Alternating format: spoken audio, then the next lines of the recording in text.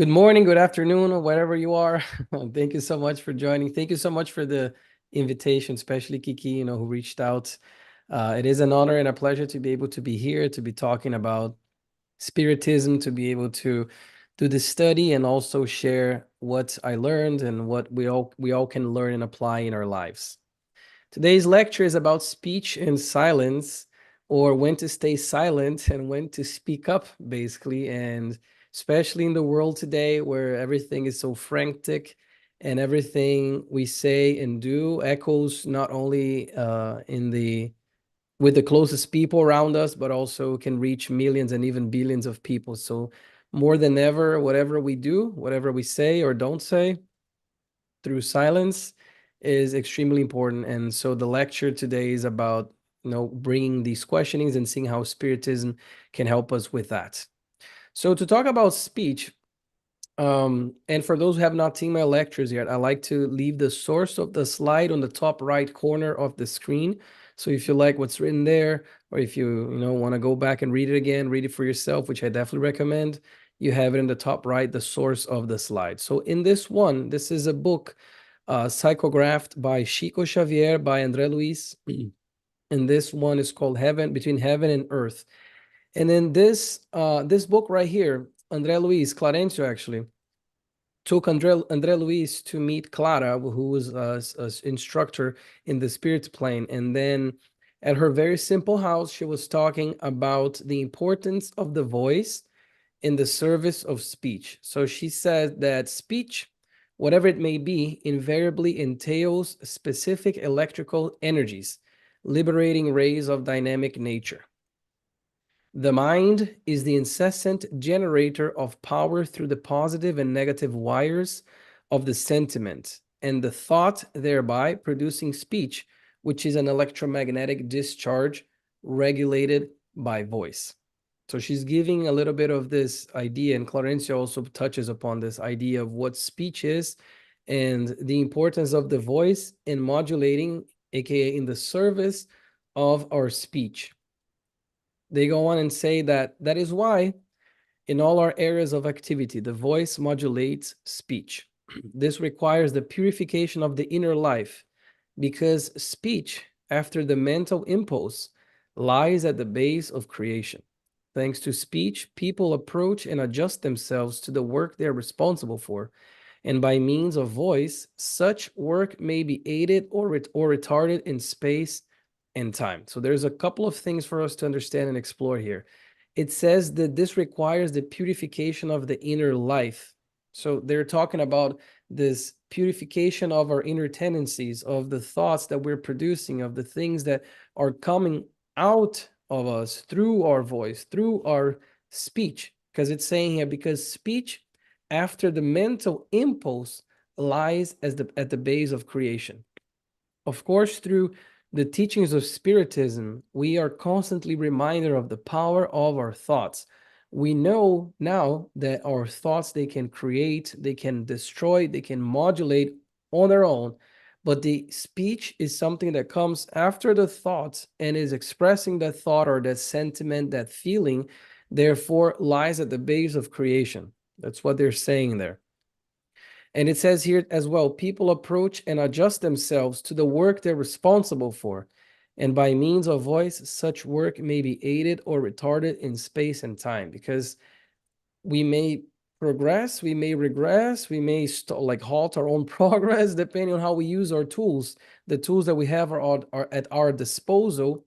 And speech, our voice, the words that come from our mouths, they are one of these tools that we have at our disposal, which also brings attention to the fact that this is why it's so hard to hold our tongues oftentimes, because the thoughts are very, very quick.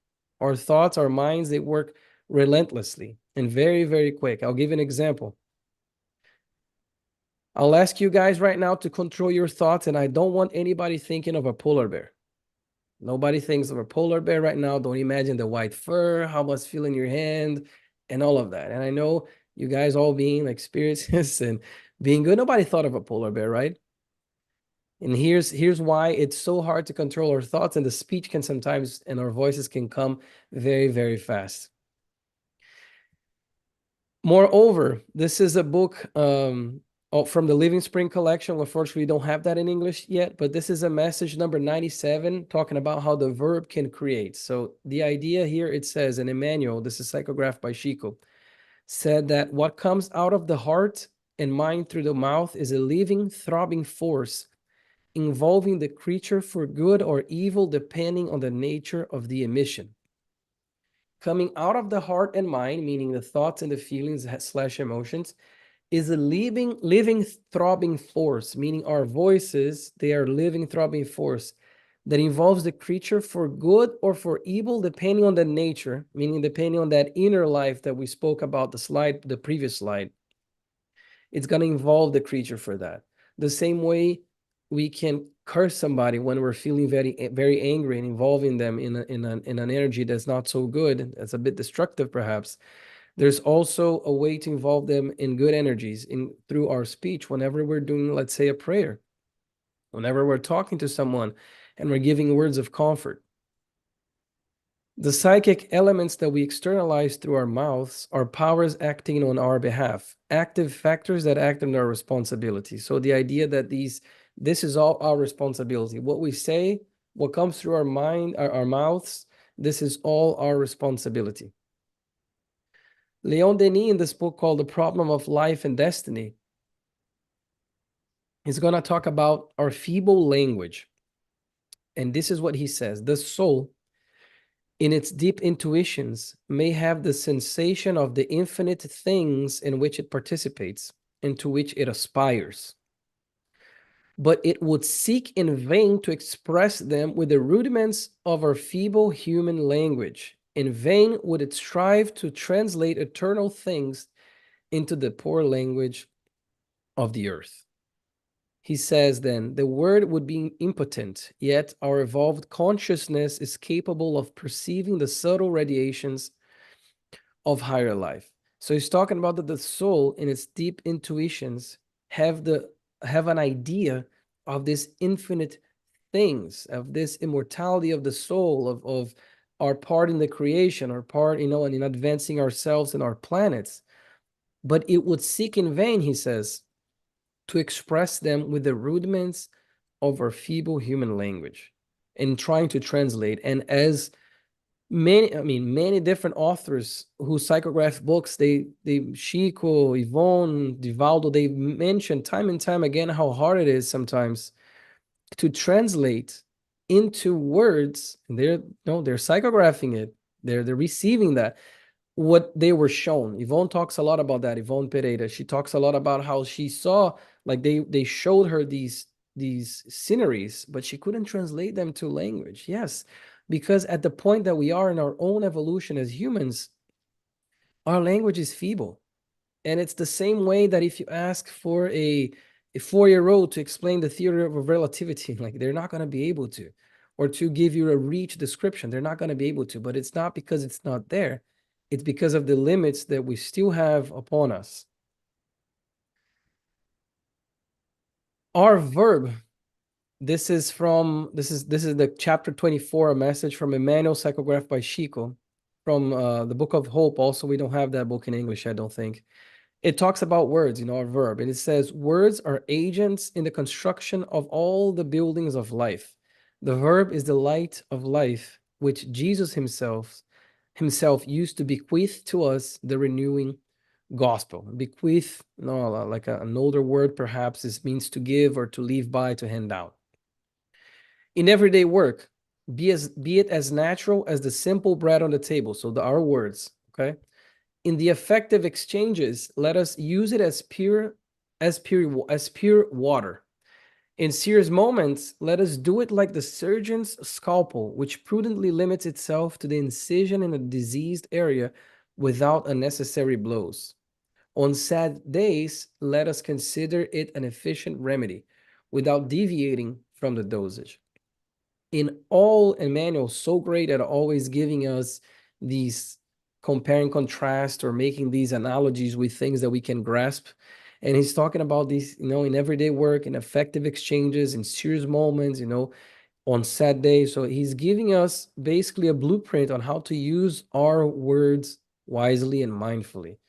So in every day, as natural as a simple bread, in the effective exchanges, as pure water, in serious moments, meaning, let's say, in an argument or whenever we're faced with adversity and a difficulty that we're trying to handle with someone, he said the word surgeon's scalpel. So use the word scalpel, which is a very, very precise tool, that goes straight where it needs to be in the diseased area. Let our words be like that. And on sad days, a remedy to those who need it, an efficient remedy without deviating from the dosage, because too much of the dosage also can be harmful. And whenever we're talking about speech, so we're producing speech, it's coming from our thoughts, our feelings, our minds, from us to outside. We got to remember that our actions have consequences, and we are responsible for those consequences. We are responsible for what we produce, for our speech. The law of action and reaction is immutable. Those around us are attracted to us based on how we behave and based on the things that we do, how we act, how we say, what we're saying, what we're not saying as well. So the idea here is, and this is something that Spiritism has brought so well into light, the idea of the invisible world and how much it influences us. And, question 459, perhaps a famous question, I'd say, from the Spirits book, where the spirits were asked how much we're influenced, by the spirits. And they said their influence upon us is greater than we suppose, is greater than we imagine. So the idea is, whenever we're speaking, whenever we're externalizing our thoughts, our emotions, our feelings, is not just to the people that we can see around us, is also to those that we cannot see. And so the first question, I guess, a reflection I bring to everyone here is, how are we using our words? What sort of company are we keeping that we're not even aware of? Through the use of our word, through the use of the things that we're saying and doing, who are we keeping company? And when we go to the gospel according to Spiritism, it talks about the overuse of speech. And it says here, if we did not exceed the limit of what is necessary for the satisfaction of our needs, we would not have the sicknesses which are provoked as a consequence of these excesses, nor would we experience the vicissitudes which derive from them. So he's talking about here about exceeding the limit of what is necessary for our needs, for the satisfaction, meaning to meet our true needs. And the overuse of speech can also cause, like I said, these consequences, can also cause these vicissitudes that we experience because we are overusing it. If we put a limit on our ambitions, we would not have to fear ruin. This is what they're continuing saying. If we did not desire to raise ourselves higher than we are able, we would not have to be afraid of falling. If we were humble, we would not suffer the deception of hurt pride. If we practiced the law of charity, we would not be slanderers, jealous, or envious, and so would avoid arguments and fights.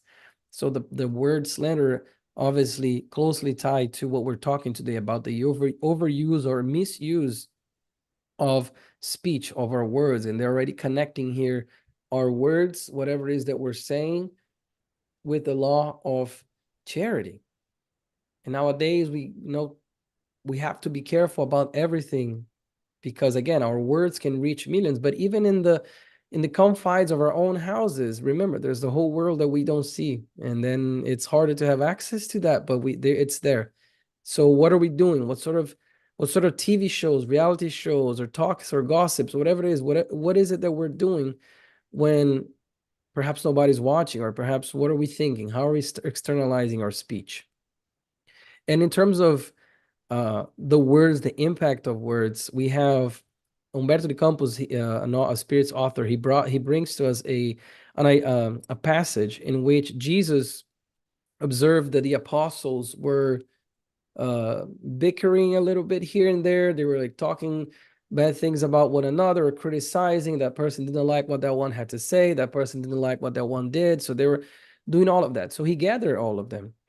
And he told them of a parable, as Jesus so wisely spoke in parables, so the light of knowledge didn't blind us back then, and didn't blind them back then. But one of these parables he talked about was about this nation, and that he said that was blessed by the good spirit, with capital G and capital S, the good spirit, after prayers, and how their harvest in this village grew and blossomed and everything. So they expanded.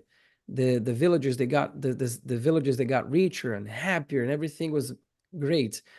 But when that happened, they went ahead and they decided to go and humiliate their neighbors who weren't having the same luck with their wishes, perhaps, and they were not growing their crops so much. So they went and they started to humiliate them.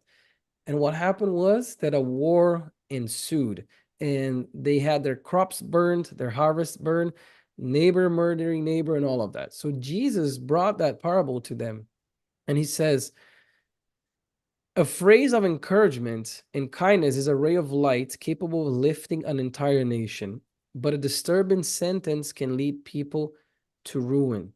So he said that in truth, the action comes from the arms, but the direction always comes from the thought through the tongue. So he was talking to the disciples, to his followers, about the importance of the words that we were saying, and in using that speech, like he's saying, that as a ray of light, as an act of kindness, capable to lift an entire nation, and not the misuse of speech that can lead people to ruin. In the message 73, it's called chatter or yapping in this book, psychographed by Chico, by Emmanuel as well, book of messages. It says this: let us not forget, however, the evil chatter that always forms around us, an immense family of sick or degrading elements, like lethal worms that proliferate in silence and operate in the shadows. Rare people, Emmanuel is saying this, rare people meditate on this. Isn't the unruly verb the father of slander, gossip, frivolity, and disturbance?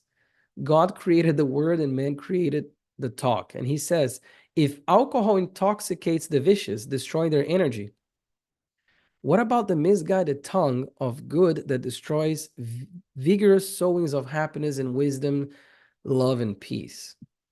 Again, Emmanuel with these amazing analogies that we would understand. He's even talking about alcohol intoxicating and all of that, the destructive power of that.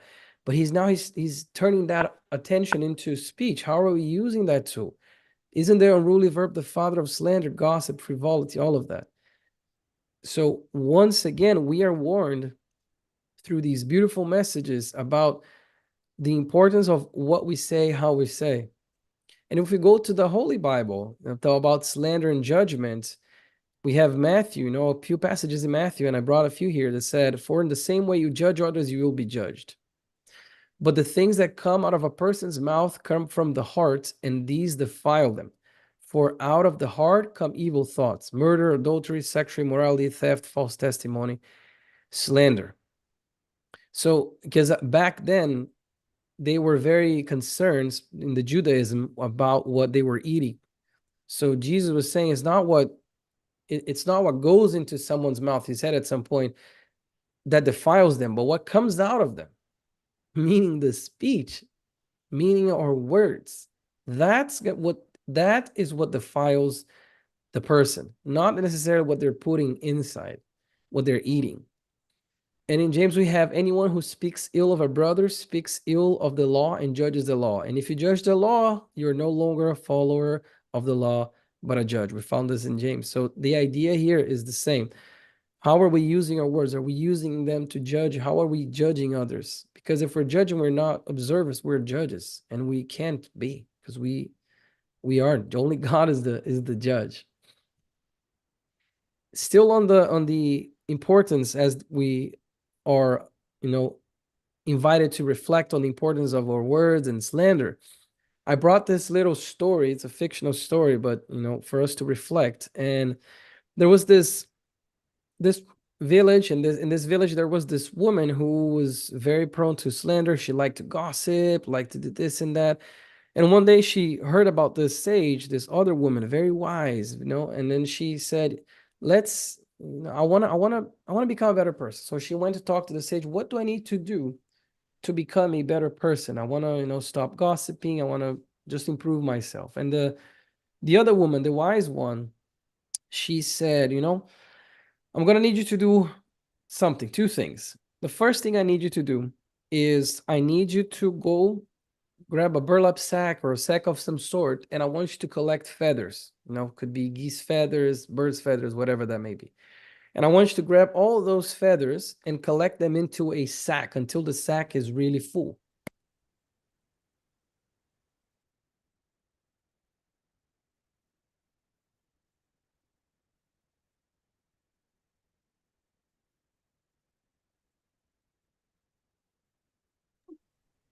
Did we lose him?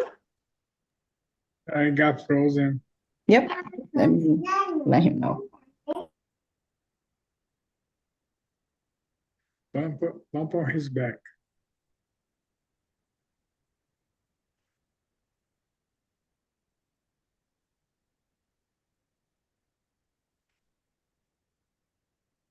Well, I don't know about you guys, but I found this very interesting presentation, very powerful.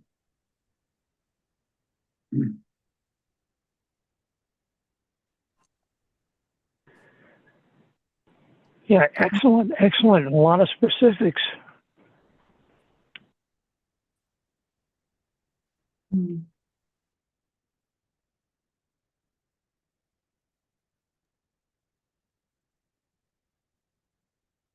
I think he's touching a nerve that one area that we don't reflect so much is about this out. What comes out of our mouths reflects what we have in our heart. So the inner reform proposed by Spiritism is exactly that call. That's where we need to work on, not the external, not the outside.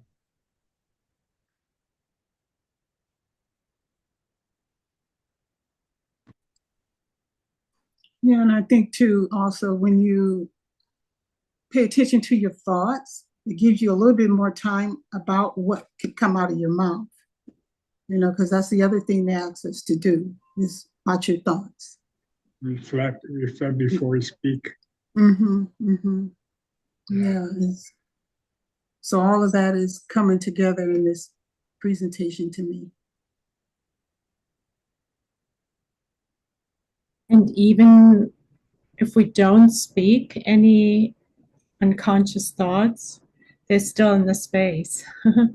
It's like the noisy silence, right? So it really starts our thoughts. Yeah, that is so perfect, Sunshine, because we have other forms of language, right? Not just the verb, but the visual, the gestures, and all that. Just the mental chatter, right? And the spirits, they hear that too. It all goes out. Right. Yeah. But I think too, the consciousness of it, if you become more conscious, you can find a way to work on it. Don't you think? Yeah, absolutely. Yeah. To become the observer, right, of ourselves, our thoughts and words. Just so you know, he's starting his computer because for him it shows that he's connected, but he's not. So he's starting his computer and he should be back in a minute. Thank you.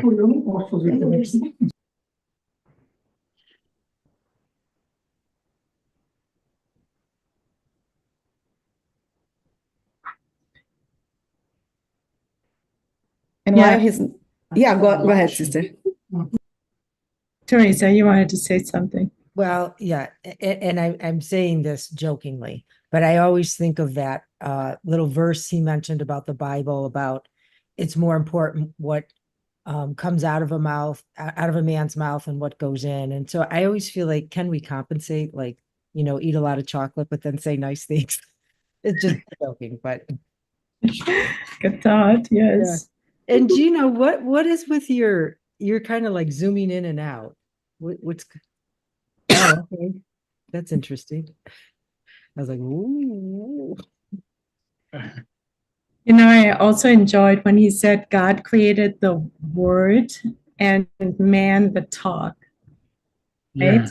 And I what do loved that. yeah, that yeah, is the just verb. Yeah, the verb is God created the universe through the verb, the words. yeah. There he is. It's coming. Teresa, that's that massage I got Hello? machine behind me. Hi, Hi. Yuri. Oh my Really, God. I'm so sorry, guys. I don't know what happened. I mean, I had internet, but my Zoom just shut down. Yeah, no worries. Can you all hear Don't me fine? We we can hear hear. you? Okay, let me see what's happening with the camera. Oh, there we go. there you Okay, woof. go. Welcome We're back. back, guys. We're back. I'm sorry. I don't know what happened. It's Then not we you. got the phone. I said I have internet. Let me restart my computer. Let's see if that helps. All right, back here. So, what was the last thing you guys heard? I'm so sorry. What was it? You were saying the parable, and someone was saying to the other person to go Yes, grab the fill the feathers. bag. Yeah, with the feathers. Yes. Yes. Oof. All right. So what happened was the woman, went and grabbed the feathers that the sage told her to get and go. And the sage said, okay, now you go to the summit of that mountain, of the mountain that we have in our village on a windy day. And I want you to empty that sack, spread all those feathers. Can you guys see my screen, by the way? No, It's all It's white, just, yeah, it's all white. We can Okay, see, okay, but it's good. all right. So then she went and, one day she didn't know, she collected all the feathers. She went to the top of the mountain, and then when she was there, she spread all the feathers. All the feathers went each in one direction. The wind carried them all and all of that. She didn't understand the purpose of that exercise. So she went back to the sage, and the sage said, she's like, okay, I went and I did what you asked me to do. Gather the feathers, I spread them out in the wind, and she's like, but I'm missing the point. How is that's gonna make me a better person? And the sage said, okay, now what I want you to do is the second part of the exercise. I want you to grab that same sack and go there and grab all the feathers you threw in the wind. And the woman laughed and said, that's impossible. I don't even know where, like, some of them, or they fell close, but most of them went in directions I have no idea. And the sage said, and that's the same thing with your words. Your words have impacts that you will not know. You never know where they're going to land. You never know how they're going to land, just like the feathers. And once you throw those in the wind, forget about getting them back. So that was the message of this little, like, fictional parable, fictional story, where the sage was explaining exactly the purpose of us being cognizant of our words and how we cannot get them back and we don't know where they're going to land.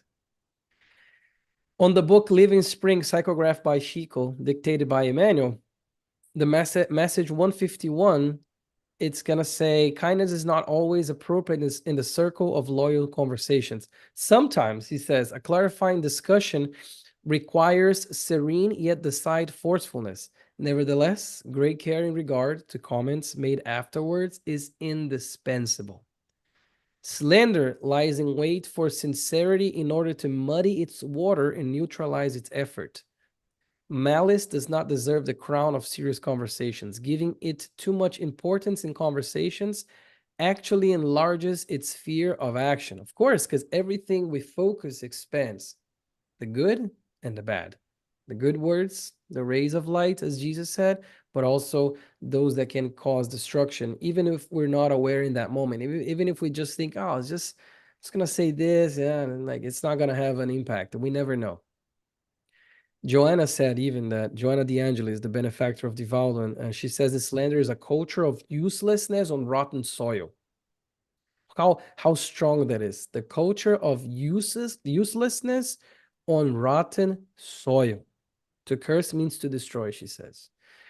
And then we're talking about speech. We're talking about how to say things. Is there a practical guideline for that? And yes, there is. Thankfully, our friend Socrates, all that time ago, he created what he called the triple filter. And it's honestly what motivated me when I learned about this many years ago to do this lecture, to create this study, to align that with Spiritism and bring that to you guys.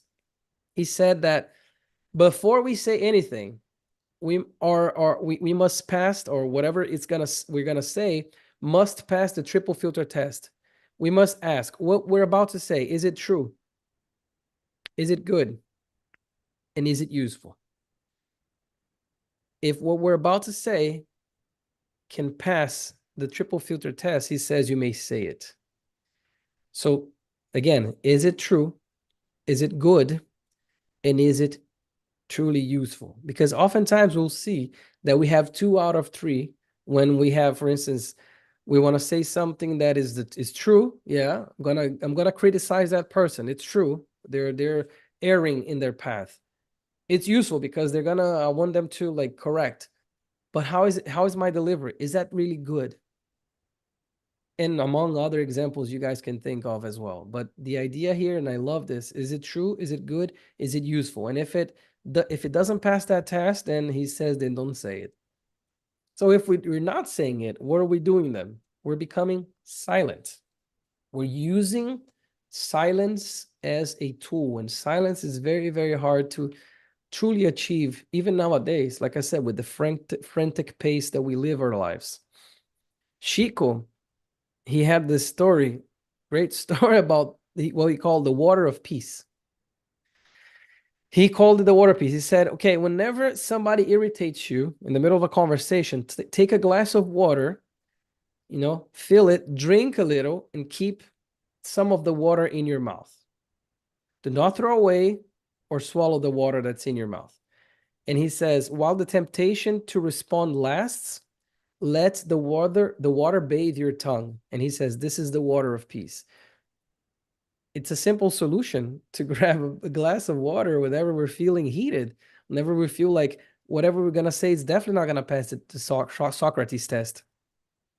Grab that water, put it in your mouth, because if we have the water in our mouth, we can't speak. And oftentimes that 1 second of hesitation, that 2 seconds of hesitation is what's necessary for us not to throw words that we're going to regret. So we're exercising silence with the water of peace solution. Then we go to the Spiritist book. Then we're talking about silence. Question 772 then is silence. They say it's important to be quiet and be silent and all of that. What it is to be thought of the vow of silence prescribed by certain sects from the very earliest times. And then they answer, you should either ask yourselves whether speech is in nature and why God has given it. Interesting. That answer is already enough to me. But they go on and said, God condemns the abuse, not the use of the faculties he has given. Sorry, of the faculties he has given. Silence, however, is useful, for in silence you'll have fuller possession of yourself. Your spirit is freer and can then enter into more intimate communication with us, the spirits. But a vow of silence is an absurdity. So they're talking about the extremes, vow of silence. I'm never going to speak again. I'm going to live a very recluse life. It defeats the purpose of the law of society. If we all needed to live isolated to evolve, then each of us here would have a cave, a mountain, a beach of some sort and be secluded and not live in society. That's not the case, and that's not going to be the case. So they're saying here, it's not the use of the silence, but it's not the use of the words, but the abuse of them that they're talking. Happy Silence, Happy Life. In the book Happy Life, psychographed by Divaldo, dictated by Joanna De Angelis, we have 2 messages. We have number 23, says, express your ideas calmly. If the other person disagrees, remain silent and give him or her over to time, which teaches us all unhurriedly in the time of God. Not in our time, not how fast we want things to happen and unfold and be solved, but in the true time. Number 25, when asked about another person, this is interesting. Look, always give positive feedback. If this is not possible because the person acts reprehensibly, keep silent or speak benevolently. Remember the triple filter? Avoid aggravating his or her situation or making it more well known. You are not an overseer of other people's behaviors. You cannot know if yesterday's offender might now be in recovery. So let your opinions always be uplifting and your words helpful. It's what Joanna is saying to us. This is big because we're not an overseer of other people's behavior, and we don't know what they're going through for us to be able to speak so freely and so truthfully, but sometimes without the good piece of the filter. Whatever, and this is from The Harvest of Light. Well, unfortunately, we also don't have this book in English, I don't think. It's psychographed by Chico. It says here at message number 6, called In Yourself, it says this: whatever difficulty you find yourself in, refrain from carrying the burden of afflictions and unresolved questions. Penetrate the silence of your own soul. Listen to the thoughts that come from your own being, and you will recognize that the fundamental solution to all of life's problems will come from yourself. It is in this silence, this meditative state, this true silence that we so rarely engage in, I'm gonna dare say here, that we can find, it says here, the silence of our soul. We can penetrate our problems, penetrate the silence of our souls, and find the problems, the solutions to that within ourselves. Because if we think about it, it's also through a mindful silence, a purposeful silence, that we can connect more easily with God, our creator. We can connect more easily with our spirits, mentors, or benefactors, all of those who want to help us and guide us. In the book Intervals, also by Chico, says here, in the silence of the spirit, the thoughts of heaven illuminate the thoughts of earth, and benevolent and wise voices speak to our ears through the inarticulate verb of inspiration. It is through the silence, or when we are in silence, that these wise voices can speak to us. Jesus also highlighted prudence and consideration, pointing out the richness of silence, which it is up to us to use in the struggles of life in favor of the success of our own tasks. But why is it so hard to be silent? Because I think most of us can agree, I'm going to dare say, that it's hard to be silent, that it's hard to shut up sometimes, that it's hard not to respond, or it's hard even to become recluded with ourselves and just be silent. Just be silent, because we're still evolving. We're still shaping our minds, our emotions, our spirits. In the silence, much like patience, requires practice. It's a skill. It's something that we're going to learn not to speak so imprudently, not to speak so, in anger, not to act or use our words as weapons instead of using them as Emmanuel so wisely said, as the surgeon's scalpel in difficult situations. Many people, this is message number 49 from the book Happy Life, relish in spreading bad news. Be very discreet with them. They will test your resolve with gossip, and in such circumstances, silence is the cotton that dampens the noise of the spread of growing evil.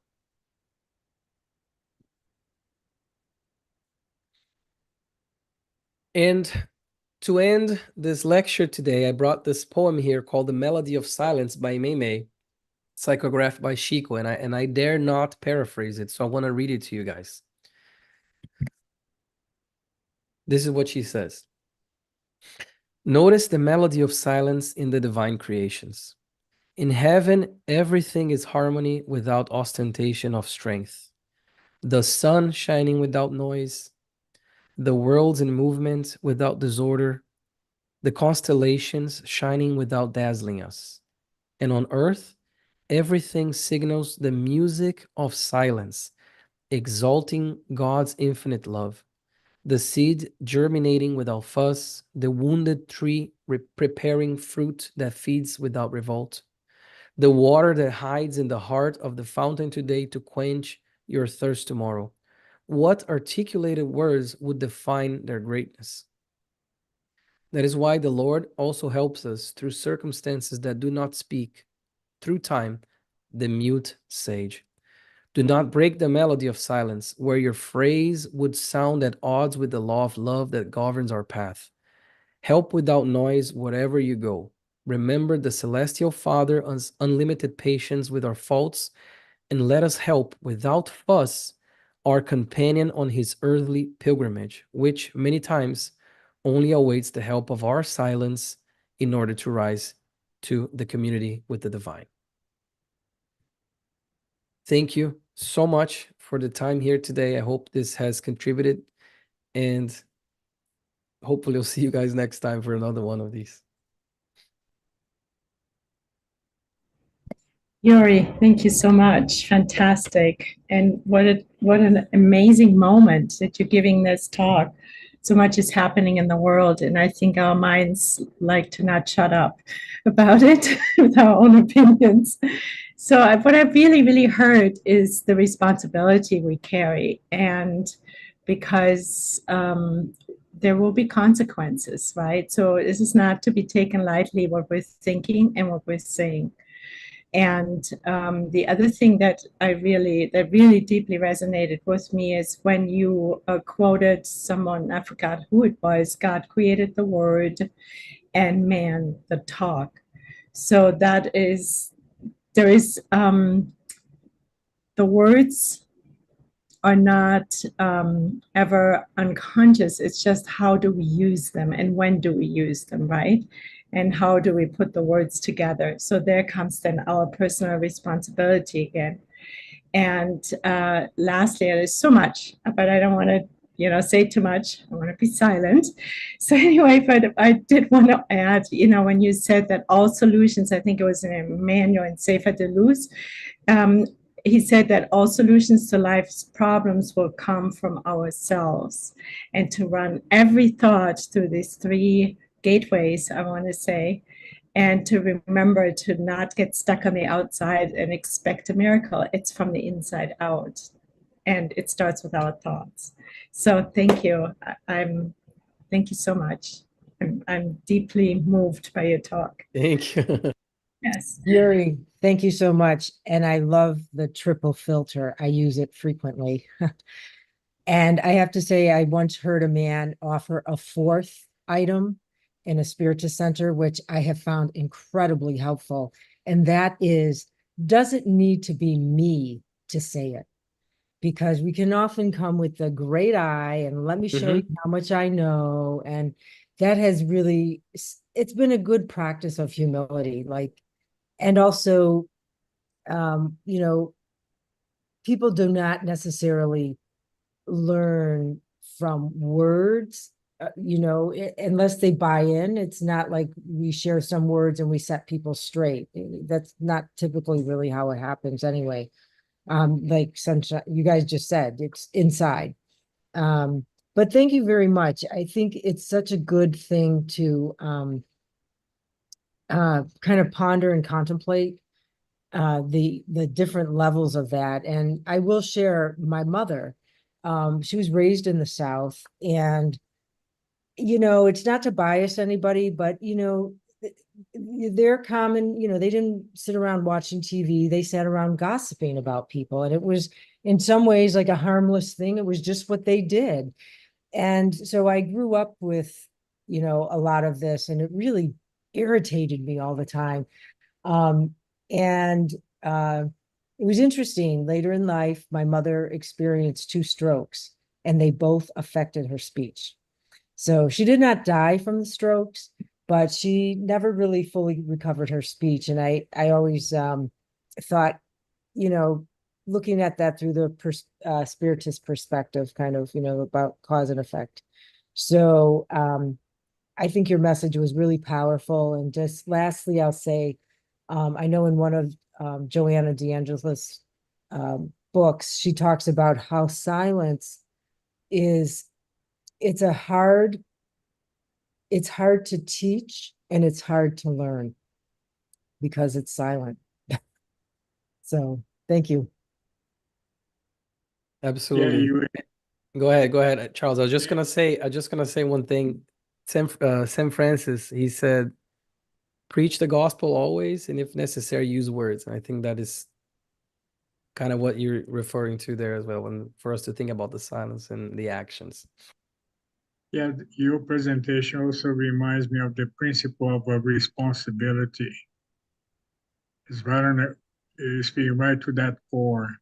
It's about responsibility. Thank you.